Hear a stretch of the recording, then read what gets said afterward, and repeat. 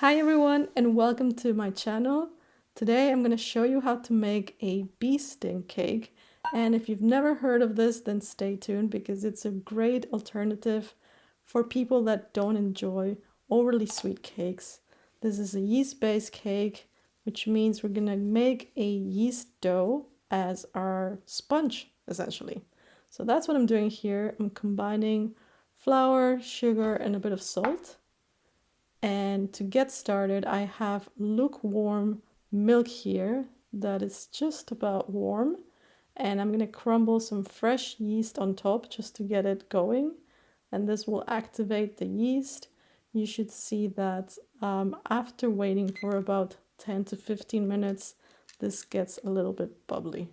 Now, if you want to use dry yeast, don't worry, just cut the measurement by half. The ingredients are listed in the description box below. So after the 10 minutes have elapsed, we're going to prepare our little volcano with a well in the center. And for that, I'm using just a regular cup and drawing that well right in the center. And that's where our ingredients are going to go, and it's going to help us mix everything neatly and evenly. So I'm starting with the milk and yeast mixture. I'm going to dump that right in the center and get started. So I'm going to just coat this slightly with a little bit of flour. I'm not looking to mix everything together just yet. I'm just trying to get this going while I add the other ingredients. Next up, I have a whole egg at room temperature. Remember that when working with yeast, it's important to have all of your ingredients at room temperature. Next up, a little bit of butter. This is actually much less than what you would normally use for a sponge. So take your room temperature butter, and I'm just crumbling it on top and mixing with my hands. And don't worry, you don't have to do this by hand. I'm just doing it by hand to show you the textures, but you can, of course, do this with a stand mixer as well. Now, right before I finish incorporating all of the flour, I like to just turn this over onto my workbench and finish it off by hand. And this way I ensure that I'm not over mixing and adding too much flour. I just take a little bit at a time and see how it feels. It should be quite sticky, but still workable. And that's it. We have the dough ready. It's only a handful of ingredients, and all you have to do is wait around until it doubles in size. For me, this was about 1 hour, 1.5 hours. Once that is done, you can just turn it over again into your workbench. And I just like to form a ball, and at this point, this is ready to be shaped. So I'm going to grab my pan. In this case, I have this rectangular cake ring that I've lined onto a baking tray with a silicone mat at the bottom. You can always use a rectangular tray or a square tray as well.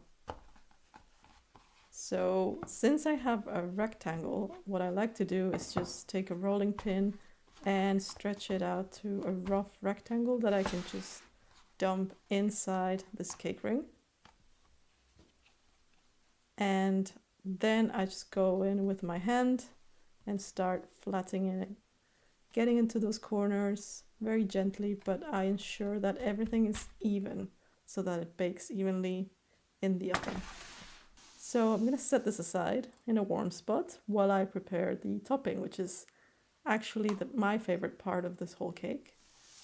And again, it's just a handful of ingredients. It's quite simple. I'm just going to melt some butter, and at the same time I'm going to add some sugar in there and a little bit of honey, which is a key ingredient for this recipe, and it gives it a lot of flavor, and a little bit goes a long way. So I just have this on medium heat, and I'm just waiting for the butter to dissolve, and then I take it off the heat completely. And at that point I add some whipping cream. which is going to cool this a little bit further. And that's what you should end up with. Finally, the star of the show, some sliced almonds. I have blanched sliced almonds here, but you can also use the ones with the skin on. And just make sure you coat all of the almonds with this mixture. And by now this should be relatively cool enough for us to continue with our cake. So I have again my yeast dough here, and I'm just gonna try to spread this on top as evenly as possible. It doesn't look like a lot, but believe me, all you need is a spatula to help you get that all over the surface. I'm using an offset spatula here, but you can just use your silicone spatula. Just try not to push too much into the dough. And that's it. That's what it looks like before it goes in the oven. And after it comes out of the oven, it takes about 20 to 25 minutes at a 190 Celsius oven. And you can see that there's a little bit of leakage, and that happens when you get a bit of syrup in the corners, but that's perfectly fine. I'm just using my offset spatula to help loosen that part, and those corners are going to be extra crispy, which is really not that bad. Now I'm going to slice this in half so that I can fill with my special diplomat cream later on. And I also have a little trick to give you for easier serving. So at this point, I'm also going to cut this in half. So I'm going to end up with 2 nice squares of the same size. And I'll just show you one of them for now. So I'm taking the top slice and I'm going to cut out my portions already. And this is a great trick because of the crispiness of the top layer. It's a bit difficult to get clean slices.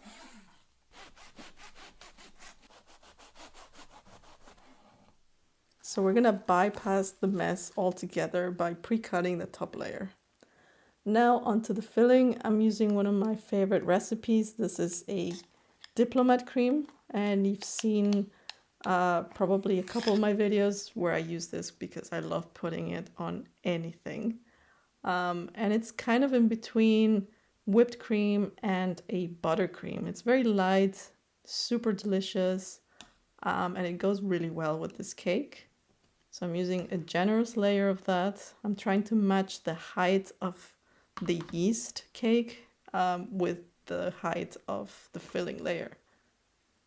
So I just build the top layer back together and clean the sides a little bit before I set this aside in the refrigerator for it to chill for about an hour before serving, so that it has time to set a little bit more.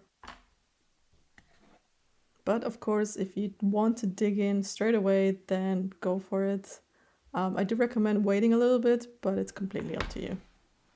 Now let's cut into the cake, and you can see how much easier it is to cut with this little trick of pre-cutting the top layer. Not only is it easier, it's also cleaner. And I'm gonna show you my portion size right now. This is actually sort of a medium size. I tend to basically want more than one of these because it's so light and delicious. But yeah, this gives you about 12 good sized portions, I would say. And look at that clean slice. I'm gonna go ahead and enjoy this with a cup of coffee. And let me know what you think in the comments. And if you like this video and the recipe, please don't forget to like this video and subscribe to my channel. And before I go, I want to show you how this looks in reality when you try to bite into this. So as you know, I did this trick in order to get clean slices, because if you were to try and do this after you put the cake together, then you will find that the cream goes everywhere, which is kind of the thing with this cake, that you cannot avoid this. It's completely normal. It just means that you will have to lick the plate.